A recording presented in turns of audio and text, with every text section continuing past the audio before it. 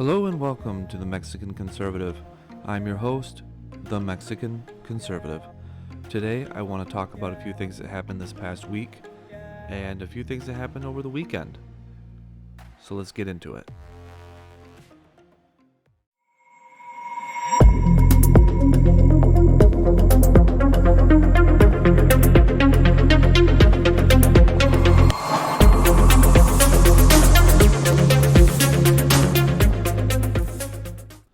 Alright, everybody, welcome back to the Mexican Conservative podcast. Just want to say thank you for at least listening. Thank you for being here. I do appreciate it. I know there are some people that have been very critical on certain social platforms about the fact that I call myself a conservative, and they don't understand that there's a difference between being conservative, Republican, libertarian. It's been an interesting week. But let's get into the other interesting things that happened this week, like the fact that Miss Omar has been removed from a committee, a foreign affairs committee, where she made lots and lots of anti-Semitic statements. Now, the Democrats have also brought up that there are people on the other side of the aisle, namely a certain Republican, that has also made some anti-Semitic statements. And yes, that person should also get in trouble and should also be taken care of. But, you know, each side picks their own poisons in terms of who they accept and who they don't. The Democrats let Omar be this way because she was the flavor of the week. She was, someone of color, someone of a different religion, and therefore they could prop her up and say, look, here's our token person of the week. Remember when Miss Cortez was that?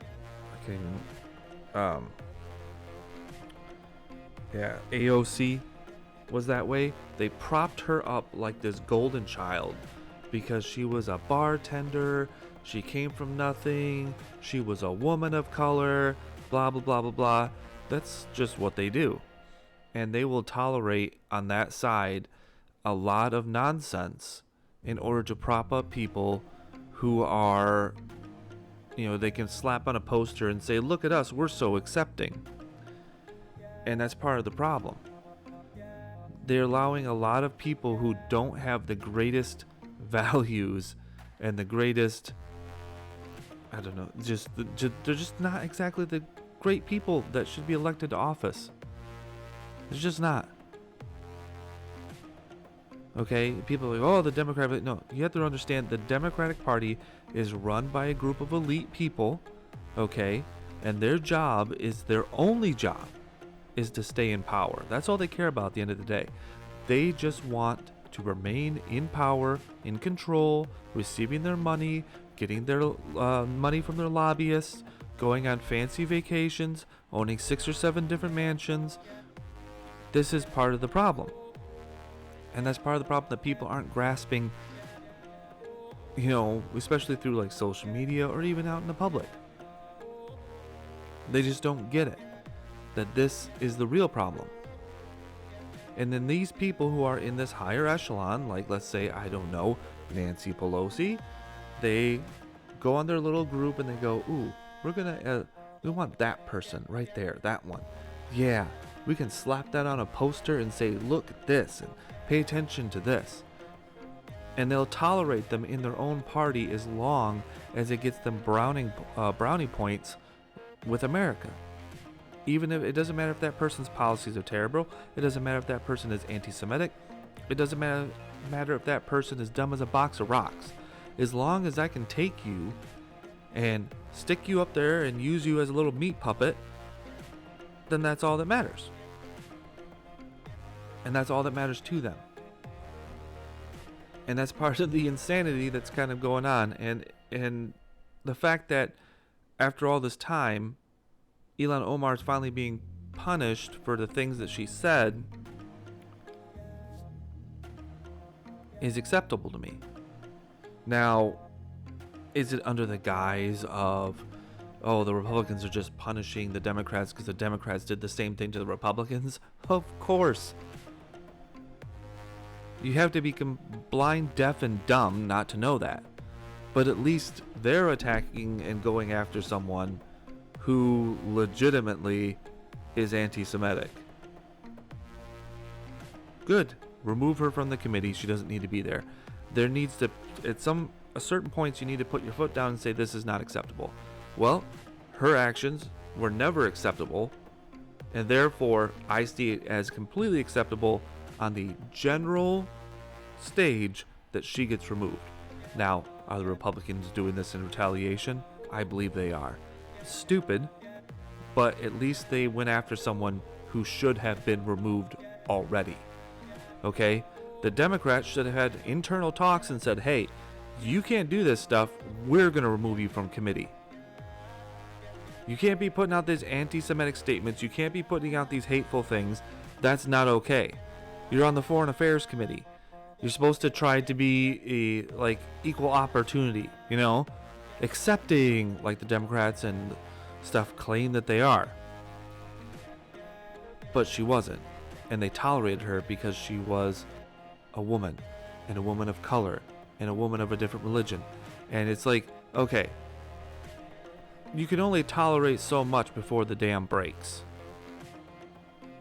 That's part of the problem, is that there's too much tolerance. They're putting up with her simply because of these things, because it will win them an election. And it'll keep a seat in their power. It'll keep that seat inside the Democrats' little power bubble. So they tolerate her, even though she's not good for them or for the party, except for her seat in Congress. And then you just hear these people just spouting off craziness like AOC. I mean, you just got to listen to some of this stuff. It's almost insane because it sounds crazy just coming out of her mouth. Like, I've never even heard some of this stuff, but let's just give a little listen here. All right, gentlewoman is recognized for 1 minute. Thank you. Now, as a fellow New Yorker, I think one of the things that we should talk about here is also one of the disgusting legacies after 9/11 has been the targeting and racism against Muslim Americans throughout the United States of America.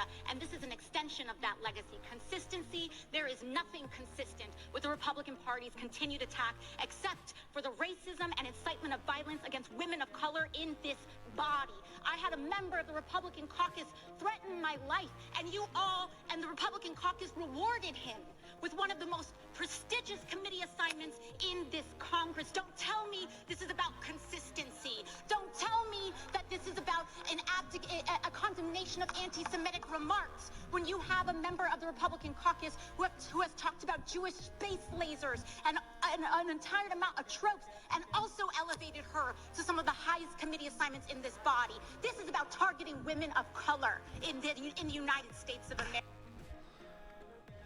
So basically, right then and there, she's hit on every, you can tell that she had a pre-arranged script, and that it was like, okay, we need to paint them as racist, we need to paint them as sexist, we need to paint them as this, we need to paint them as that. You have 30 seconds, go. It's like, since 9/11, she brought 9/11 into this. So after 9/11, of course, everybody was angry. Of course, there was going to be outcry. Of course, there was going to be this. People needed a focal point to send their anger at, and unfortunately, it was the Muslim community. Am I saying that's acceptable? No. But I'm not going to also lie about, I'm not going to say it didn't happen, because it did. There was a lot of anti-Muslim culture. But that was 22 years ago. And in those 22 years, that has pretty much gone away, because we realized at this point that it wasn't all Muslims. There was a couple radicals, a segment of the religion. But now she's saying that, oh, it's still going on. This stuff from 9/11 is just as bad as when it was when it happened. And on top of it, you're targeting women, sexism, you're targeting... No. They went after an openly anti-Semitic person who not only talks smack about her own country, and she's on the Foreign Affairs Committee. She literally talks about how almost like she hates living here. And then two, she makes it quite clear that she's anti-Semitic. And it just is so absurd to me that they're defending this woman. It's like, I understand she's in your own party, but there's a certain point where if you have like a cyst on your body, you need to cut out that cyst because it's not healthy for you. You can't just go, oh no, that's part of me. That is part of me and I will keep it there till the day I die. Well, it's not good for you. Maybe you should think about removing it. Maybe that might be healthier for you in the long run if you remove this thing that's not good for you. Like, maybe you should stop smoking. No, I need to smoke. Smoking this cigarette, this is who I am. Okay, but it's gonna give you, lung cancer, and it's eventually gonna spread, and then at the end of the day, these radical elements might just take over. They don't seem to get that. I mean, they formed... Omar is one of the people that formed part of the Squad. And if anybody remembers what the Squad is and knows the Squad, they are literally the most radical people in their own party who then tried to take power in their own party. Luckily, the Democrats have a large sums of money and the power to stop some of these radicals so they can keep their elitist majority in the party and keep these radicals down, even though they need them to win votes. But that's just one of these things that happened recently. No one would have expected it. No one seen it coming. Well, I seen it coming. I was hoping. But just to go off like that and make wild claims and accusations. Who was the member that threatened her? Is this the same person when she claimed that she was in the Capitol building when all the riots was going on? Does everybody remember that claim? That turned out to be false, and then was found out that she was in a building far away where there were no protesters and that she was perfectly safe. I remember that. AOC likes to claim a lot of things. Remember when she was like at the cages with the children and she took that photo where she was pretending to cry and they found out that she just took a picture in front of some random fence that wasn't even at the facility? I mean, come on. Does anybody even believe in anything this woman says at this point? No, she's a little meat puppet. She's a little meat puppet that dances and just spouts whatever they tell her to. They probably handed her that piece of paper and said, these are the things you need to bring up and act all offended by and do it. Because you can even, in the sound of her voice, it's just like you can tell how fake it is. When someone's really passionate about something, you can tell. But when somebody's just repeating stuff and trying to pretend to be passionate, that is how AOC is talking. I've talked to people who get angry. I've spoken with them about people who are passionate about something, and that is not it. And that is not it. That is the fakest, crappiest acting I've ever seen. And it's just nuts. It's just nuts. So that was one thing that happened recently. The other thing that happened was a House resolution to denounce socialism. The horrors of socialism. Now you think this would be a uniting factor because socialism is what happened in Russia and Maoist China and basically any other socialist country, North Korea, Venezuela, socialist countries. Okay, it literally has it in their name.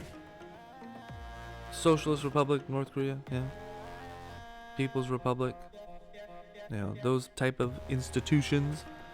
Well, anyway, so you're supposed to, everybody's voting saying, hey, this is a resolution. We want to denounce the horrors of socialism. Okay? Communism bad, socialism bad, Maoism bad, Marxism bad. Basically all these really just bad ideologies because they don't work. They don't work and they kill people. So they put this resolution to the floor. This is where you can tell where the radicals are in a party. All Republicans, okay, voted to denounce, and a little over half of Democrats did. And then there were like 87 some odd votes in the Democratic Party that said we will not denounce the horrors of socialism. There you go, people. This is how you clearly show where the line is drawn. People on the left side of the aisle want Republicans to denounce the KKK. Good. Put that out there and say, hey, you denounce them. Okay, I denounce them. They're bad. But then when you flip the script on them and say, denounce the horrors of socialism, most of them go, yeah, you're right. Socialism is bad. It doesn't work. And then the other ones, the radical ones, are like, no, I will not. It's the best. Communism works. Name a place where it worked. Well, it hasn't worked yet because it's not been properly implemented. Yes, it has. The whole point, the problem with communism and socialism is it elevates a few people to extreme levels of power. And it just assumes that those people at that level are going to be incorruptible people that can do no wrong. And therefore they will judge and run society as it should be. But then they forget that humans are nasty, lying, greedy, and when they get power, they want more power. So I have this power. I have this power to decide who eats, who doesn't eat. I have this power to decide who lives and who doesn't live. I want more. I want more of this. I want more of that. I want more of this power. I want more of that power. Socialism and communism forget, and Marxism, that people are inherently greedy and selfish. I don't care who you are. I don't care who you pretend to be. I don't care if you think that you're the most unselfish person out there. You are still selfish. If you're presented with a loaf of bread and you're starving and the person next to you is starving, you're going to divvy up that bread, right? You both eat.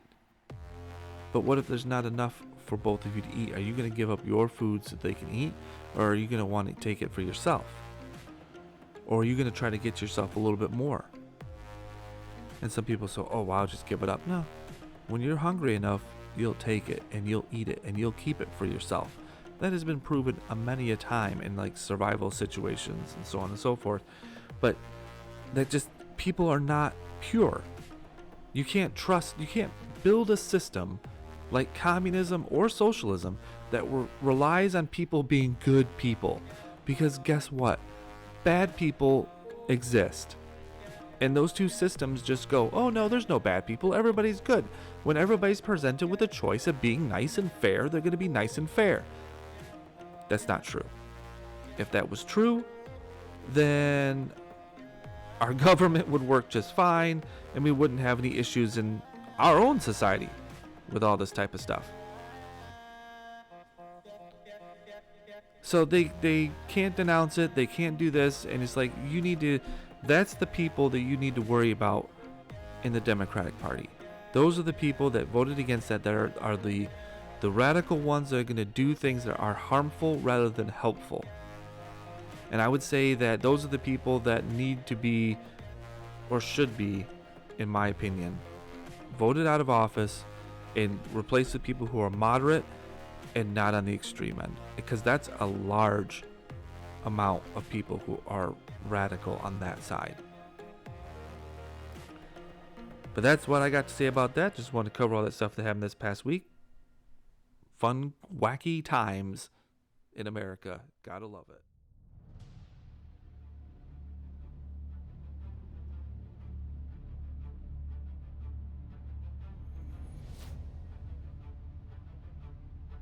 Well, I want to thank everybody for joining me on this little rant today.